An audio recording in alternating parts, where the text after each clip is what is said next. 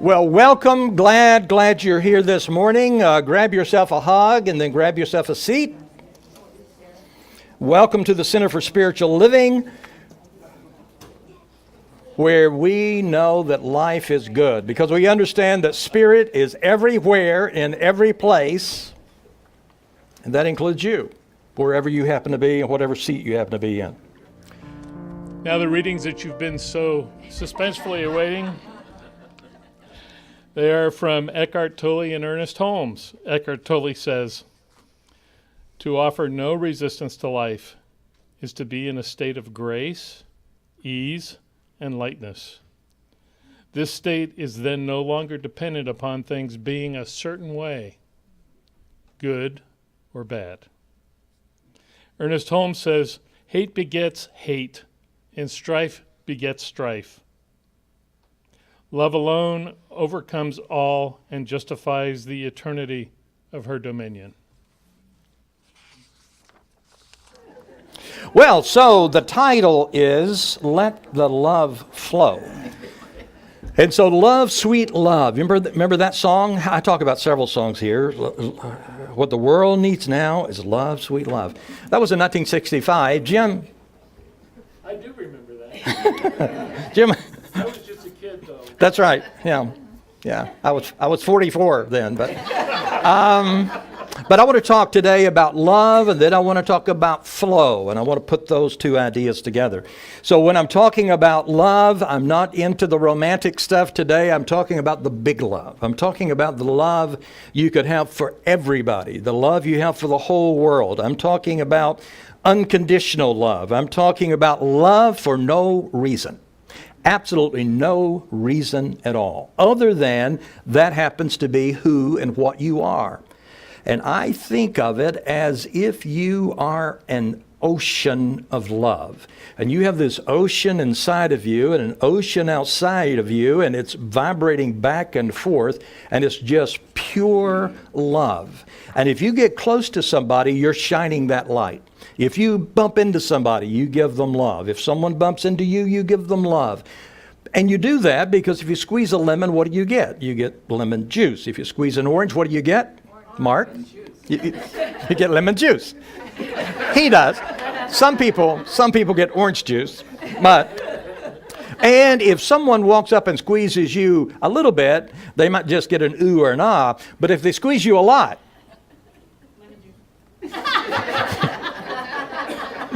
or in some cases, perhaps an egg. But when I was a little kid, I used to squeeze the chickens to get eggs, and I don't think it worked. But the idea, of course, for this talk is if you get squeezed, we want to get to a point where love comes out, because sometimes the world does squeeze us. And sometimes that's may not feel all that good. So if we can make that kind of shift, if we can make a shift from needy love to giving love, it changes everything. It will change your health. Sometimes we get really sick because we're trying to chase love down, trying to find someone to give us some love. In the earlier service, I did think of my dad, because my dad was running around all the time saying, "Give me some love, give me some love." So he was always looking for love. And maybe you've done that, looking for love in all the wrong places. But we want to move beyond that kind of thing, not simply looking for love in all the wrong places. So if we make that kind of shift into a love that is being given from us, it changes everything. It changes our bodies. We feel happier. We are healthier. It changes our finances. Our finances will begin to bloom. Our relationships will improve. And I could go down the list. Less stress. Everything gets better if we're living and loving from that kind of foundation. Soren Kierkegaard said, "When one has fully entered the domain of love, the world, no matter how imperfect, becomes rich and beautiful." So let me begin with 2 points. Point number one, love is what you are. It's what you are. And I alluded to that when I said that you're like an ocean of love. Now, if you don't know that, if you're walking around thinking you're a trash dump, you will not be able to access that love. And you may be looking for someone else to complete you and to fulfill you. But if you have the understanding that you are love, you'll begin to experience that absolutely in your life. When Jesus talked about it, he talked about an eternal spring, and he said it would give forth water, and it would continually do so. Then he said, I'm not really talking about water, I'm talking about eternal life. And the word eternal doesn't mean simply you're living forever, but that word spoke of a high quality existence. And the highest quality existence you could ever live is love. And all the spiritual traditions in the world talk about it. They use different words, but all the traditions tell us that. So having a great relationship, having a great friendship, having a beautiful relationship doesn't always depend on finding the right person. I know we thought it did, but it involves developing your capacity to love. And if you can do that, then you can develop a relationship that's beautiful almost out of nothing. It becomes almost like magic. And so my first point is that your identity is love. It's not that you got to go find it, you got to look for it. You are love. And the second point I wanted to make in the beginning is that the purpose of your life, and I know many of you woke up this morning and you thought, I wonder what the purpose of my life is. I'll go down there and see what they say. You came exactly at the right time because I'm about to tell you. The purpose of your life is to expand your love. The purpose of your life is to expand your identity. Since your identity is love, if you're expanding your identity, then you're expanding love, and that's your purpose today. And it's going to be your purpose tomorrow and the next day and the next day. And so you are love, and your purpose is to become aware of that and to expand it.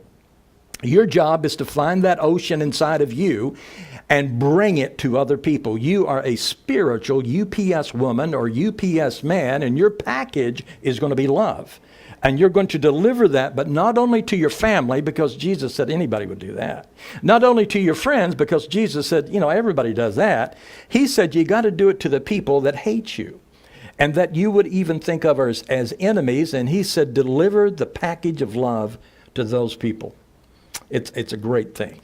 And so we want to love everything and everybody and everyone. And that doesn't mean that you go out, Mark, I'm speaking to you.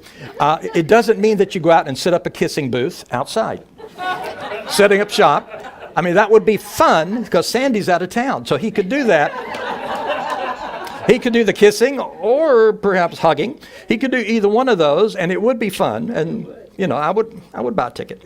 And then, so you'd be out there. But that's not really the purpose. That's not the kind of love I'm talking about. Love is about opening your heart to everyone.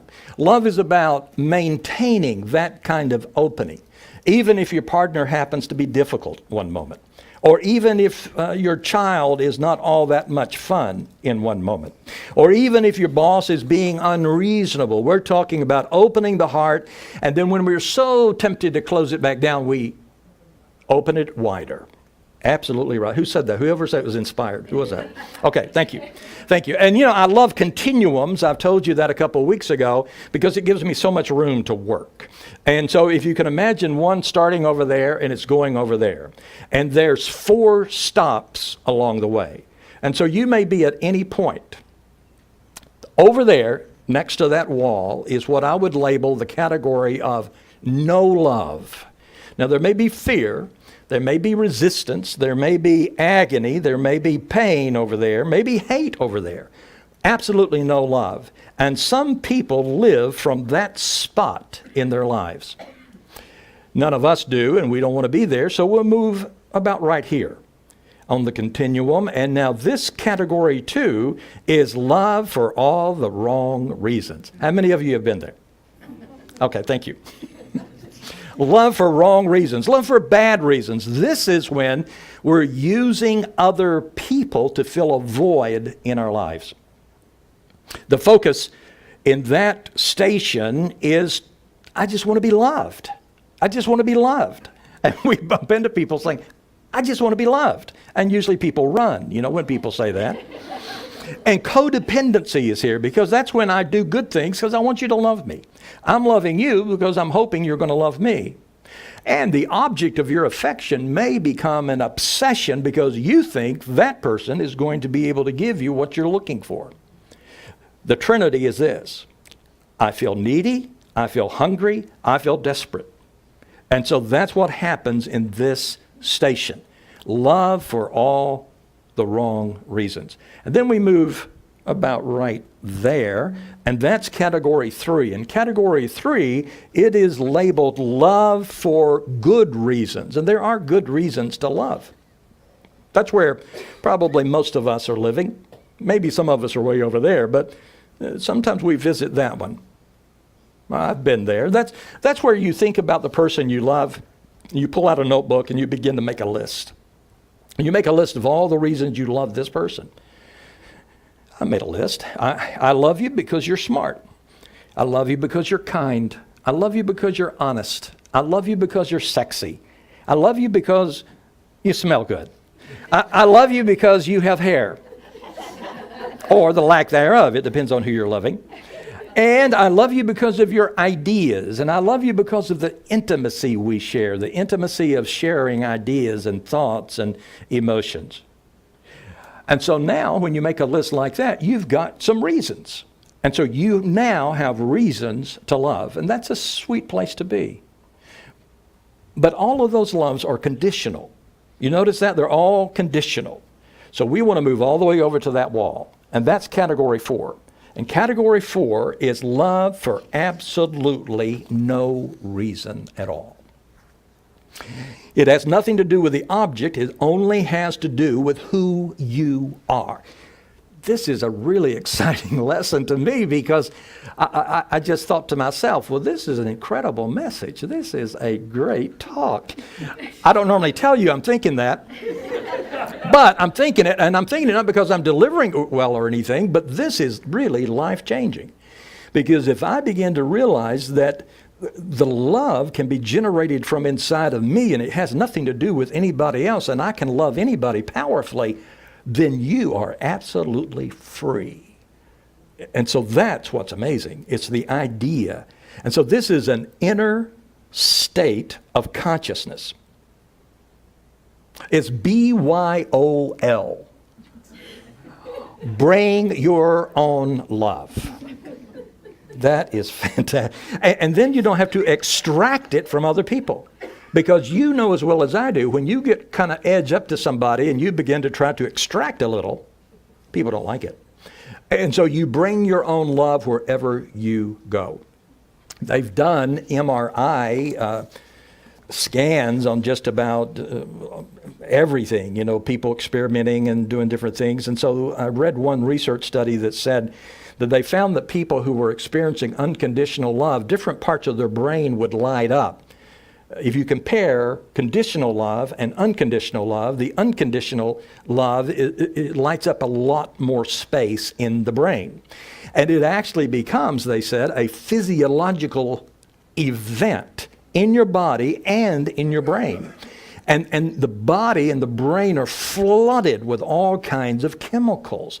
And that's why if you begin to dabble in that kind of love for no reason, you'll begin to experience well-being. Now, maybe not the first hour. It takes a little time, but you practice this, and there's well-being, fear diminishes, joy comes, there's a feeling of deep spiritual connection, not only to people, but to everything around you. And so if we want to transform our life and transform our experience, we want to begin doing that by looking at this love idea because it affects everything else. And so let's do a little experiment. And I'm going to ask you to, if you feel comfortable doing so, please close your eyes and think of someone that you love. And it could be a pet. Think of someone you have a special connection to. Let me give you a moment to do that. Preferably you're thinking of one individual. And then, as you think about them, what do you love about them? And think about qualities. Think about what you appreciate about them. And in your mind, maybe make a little list of the things that you love about them, the qualities, and savor, take a deep breath and savor those qualities, because they feel good and they make you feel loved. They make you feel good. You like it. You think about those qualities. And as you're thinking about that person or pet, and you're feeling those qualities, you're feeling love, let me ask you an odd question. And the question is, the love that you feel when you think of them and when you're with them, where does that love come from? Where does it come from? You can open your eyes again if you'd like, or you could go deeper into sleep. But where does the love come from? And for the most part, we think the love is coming from that person. We might say, oh, that little dog gives me so much love. Or that man or that woman gives me, they just fill me up like a gas station. They fill me up with love. But the truth is, no one else can pour love into you. That you are creating your own love. Now, you have conditions. You may have a condition. I may have a condition that for me to feel love, the woman would have to do A, B, and C. And if she does A, B, and C, I think, oh, she's giving me such love. But the truth is, I'm creating the love inside of me because the conditions are being met. You know what I mean? And so you are the creator of the experience. You are the creator of the love. It's never the object. It's something you're creating. So that's a powerful idea. Close your eyes for one more time and go back to this person or pet. Think of them. Think of the qualities that you really love and that make you feel good. Think of those qualities. And now let's do something different. I'm going to ask you to switch your focus from your beloved to the experience of love itself. And I find it helpful when I do this to place my hand on my heart, and it helps me sort of locate. Okay, so I have this feeling inside of me, and I want you to feel how that your appreciation and love are actually separate from another person. Instead of thinking of their qualities, let yourself feel the love that you have inside of you. And you may have to play with it just a bit, but if you do, you'll begin to see that you could be at your home or you could be somewhere and you're loving someone else. You love how they love you. And then you get quiet and you can begin to locate that love inside of you. And you can open your eyes if you'd like. And then you'll begin to feel like I could have that love anytime I want. I can do that at any point. And that's what all the traditions talk about. The sun is shining all the time, and you are love all the time unless you get distracted. Unless you think it's not possible. But if you know it's possible, and you're not distracted, you can experience that kind of love at any moment. It's funny how love and fear are tied together. And I don't know if you've noticed that or not, but as fear increases, love always decreases. And as fear is diminished, love always increases. They can't live in the same boat. But there is a connection between the two. That's why the Bible says there's no fear where there's love. And then it goes on to say, that's because there's no judgment in love. And so the idea is that fear is always created by judgment. Maybe judging someone else or maybe judging yourself.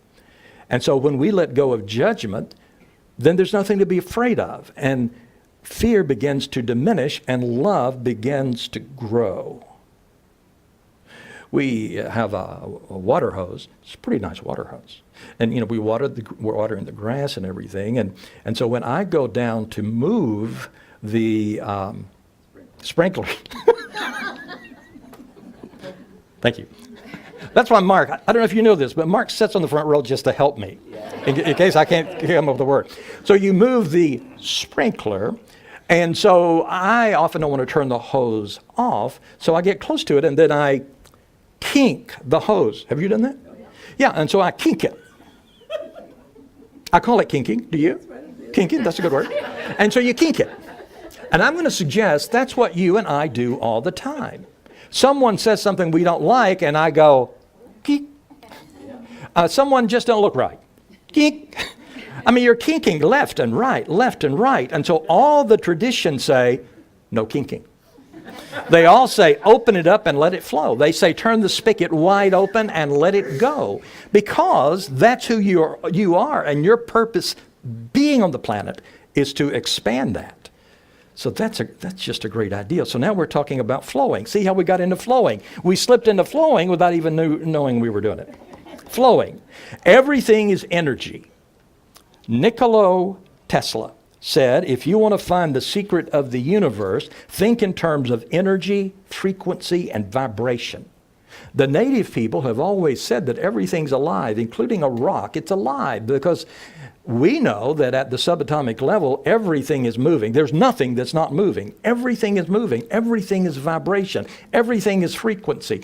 If you would allow me to create a scale right here in front of you, and at the bottom is depression and apathy and despair and anger and frustration and bliss and love and joy and peace. You see it? So down here's low vibration, low frequency. When you think down here, think this. You kinked it. But if you open it up, it flies up to the top. And that's our natural state unless we're getting distracted and doing things like that. So all of that energy is there. All of that energy is available. And so when we think about love, we want to be flowing in the most beautiful way possible. And it's not any of our business what other people are doing. Now, normally we think it's all of our business what other people are doing.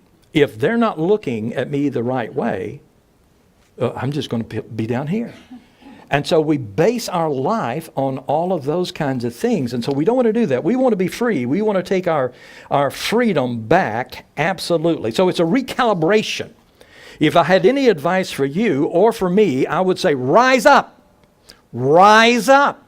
You wake up in the morning and you say, what am I going to do today? I'm going to be love. And as you fly out the door, you're thinking to yourself, I can't wait till someone insults me, because I'm going to just pour love all over them. I fear absolutely nothing because I am love. And I'm going to let it flow everywhere I go. And so the answer to the whole deal is rising up.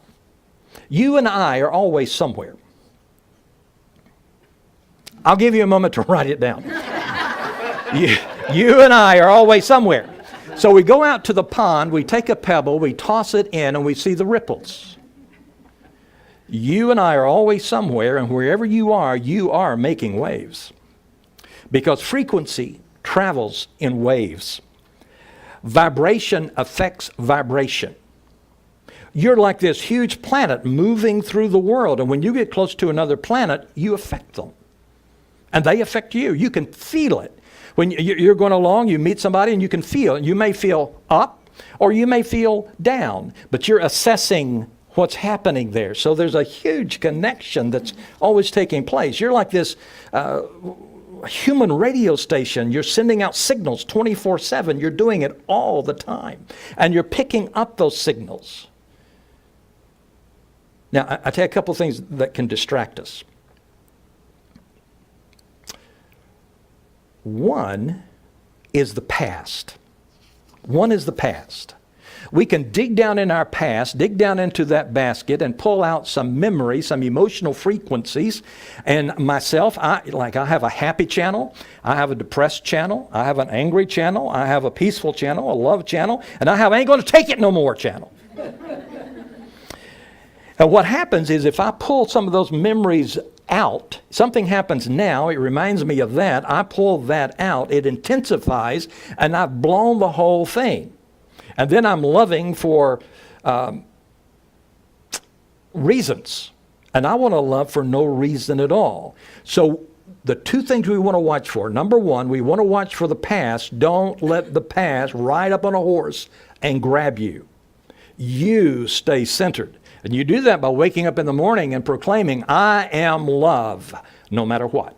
And you do that, and you live that, and you remind yourself every 20 minutes or every hour. It's true, and you live with that in mind. You don't want the past to grab you, and you don't want the moment to grab you. You don't want the moment, someone does something, they say something, they look at you in the wrong way, and you fall off. You don't want to do that. And so you want to be aware of that. But see, you have the amazing power. All things are possible. You have the amazing power to be able to make that decision, to make that commitment, and live from that perspective. Because if you fall into loving for reasons, and then the reasons aren't there anymore, it's blown, and you're going to be so sad. But if you're over there loving, nothing changes anything. I mean, everything's cool. Everything's open. Your hose is not kinked. We often see things not as they really are, but we see things as they are. So you show me someone down here, and it's going to be hard to hang out with them because when they look at me, they're not going to see a pretty picture. Has nothing to do with me. Has to do with them being down here. But once they move up here, when they see me, they think I'm the greatest guy in the whole world. We want to live from there because it makes our experience so beautiful. Mark and I, we often go to the movies together, and we were at the movie theater the other day. And we were coming out, and and we bumped into Jim. And Jim said, "Hey, fellas, what are you doing?" I said, "Well, we just saw the worst movie I've ever seen."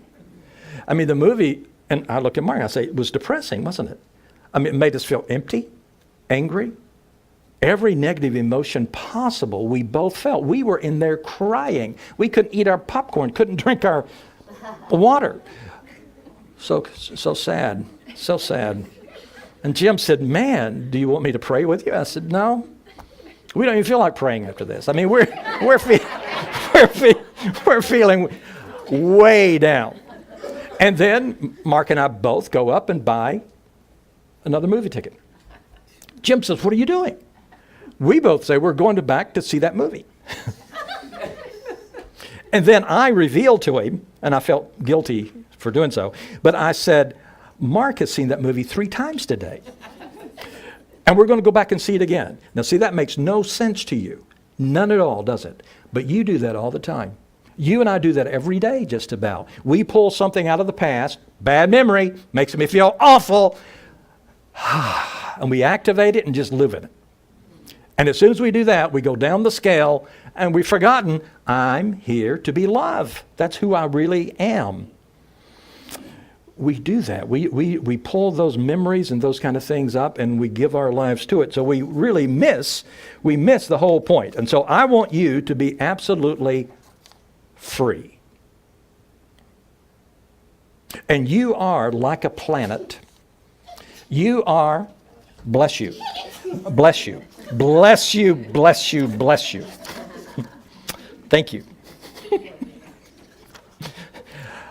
You are like a planet, and I want to mention this to you. As a planet, you have, it's almost like an asteroid field around you. It's your vibrational field. And so if you're up here, your field is very bright. If you're down here, then it's a low field. But suppose you bump into somebody and you want to give them some love. And so you say to them, they're on their planet, you're on yours, and you say, "Hey, I really love you." And so that idea, that energy leaves you, goes into your field, and your field is full of anger. You're kind of down here. And so it picks that anger up and communicates it, and so they hear the word love, but they feel something else. Do you know what I mean? Haven't you heard words sometimes, but it didn't feel the same? Or if someone else is over here and they want to send you a great message of peace, and so they send the message to you, and it has to go through their field, and then it's traveling, and then it gets to your field and goes through it, and you've got a lot of anger in there, or sadness, say. And so as it goes through your vibrational field, you may hear the words, but you're not quite feeling it. And so the point is, we want to be free. we want to do our work not on just getting information or getting a new idea. We want to really work on this vibration thing. We want to work on this frequency thing, because if I can raise my frequency, then everything else is going to be taken care of. Now, I believe in words, obviously. Words are very important, but your words are always delivered in a vibrational package that came from you. And so we want to align our words, align our ideas, and align our frequency, because it's extremely important. And so the message again is rise up. We wake up in the morning and we say to ourselves, am I going to be the highest or not? If you say I'm not, that's okay. But you want to be aware enough so that you can determine what you're going to be for the day. And there's absolutely no one around you that you can blame, because it's your job. It's your responsibility. Now, I know what some of you are thinking, because I am obviously a mind reader, and I can feel it right back. Well, I'm not going to tell you where it is. But I can hear some of you saying, I knew something was wrong with that guy that I work with, and now I know what it is. He's got a bad asteroid belt. You're thinking, I knew something was wrong with her. That's why I don't like her. And if that's what you're thinking, you've missed my whole point. And you've entered the non-growth zone of life. Because that would mean you're judging someone. That means you create fear, and that means you lose the whole idea of this love thing. So let me be clear. This information is about one thing, and that is that you tend your own garden. Don't be climbing over the fence checking somebody else's potatoes. You want to take care of your own garden. A wobbly table is not safe for hot tea. And a wobbly vibrational frequency is not safe for empowerment. And so you want to focus on that frequency. And if you think, I really feel down today, then you begin to work to raise the frequency up, and your emotions will let you know right away. The Bible says, number your days. How many days do you have left? Well, I see someone that has probably about 5,000. Over here, somebody has 11,000. Congratulations. We have different days left. But you know what we think sometimes? We think we can just write days off. And so I want you to know, as part of this lesson, everything matters. So you don't want to write a day off and say, I think I'll just be selfish all day. Because it does matter. You don't want to say, I think I'll just be really mean to people today. I'm just in the mood to be mean. You don't want to do that. You don't want to write a day off, because everything matters. Every day matters. Every day is important.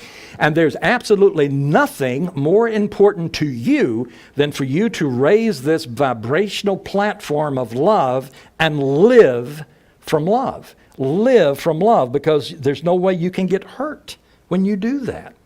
And so you're always asking, every morning, every noon, every night, you're asking, what would it look like for me to live the highest? Let me be personal. How was your shower today? Ed? Good shower? You know, the showers that I used to shower under would pump out about 6 to 8 gallons of water per minute. Those were good showers. Showers today, maybe 2.5 gallons per minute. Now you could, if you get one of those little things on there, what do we call that thing? A what? Accentuator. Okay. that's whatever it is, it's going to cut the water down, and you could even use, what is it? Water flow, slow flow. Slow flow? No flow. No flow. Well, here's the point. You can put one of those on your shower, but don't put it on you. Because we do that all the time. Just quit doing it. I mean, I know we've all been doing it. We raise our hand and say, yes, Lord, I have been doing it all the time. So let's just stop doing that. Let's just stop doing that.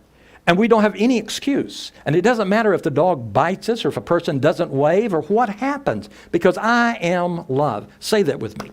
I am love. I am love, and nothing's going to stop me.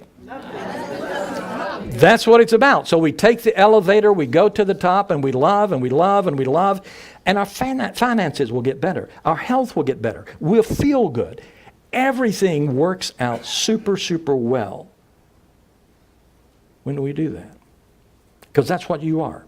Absolutely. You are love, and so we love for no reason at all. Let's turn within.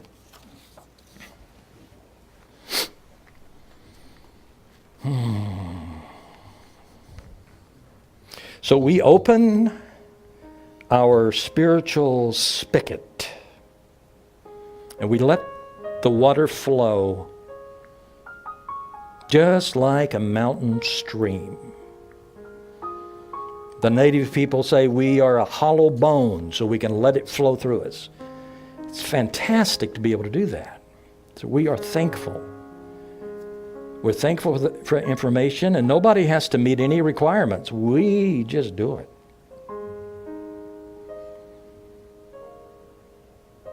The world is waiting for you to do it. The world is waiting for me to do it. So don't look for the gift. Be the gift. Don't look for the light. Be the light. Don't look for the miracle, but be the miracle. Don't look for the blessing. Be the blessing. And don't look for the love. Be the love. Be the love. That's who you are. That's who I am. Be the love. And we say together, so it is.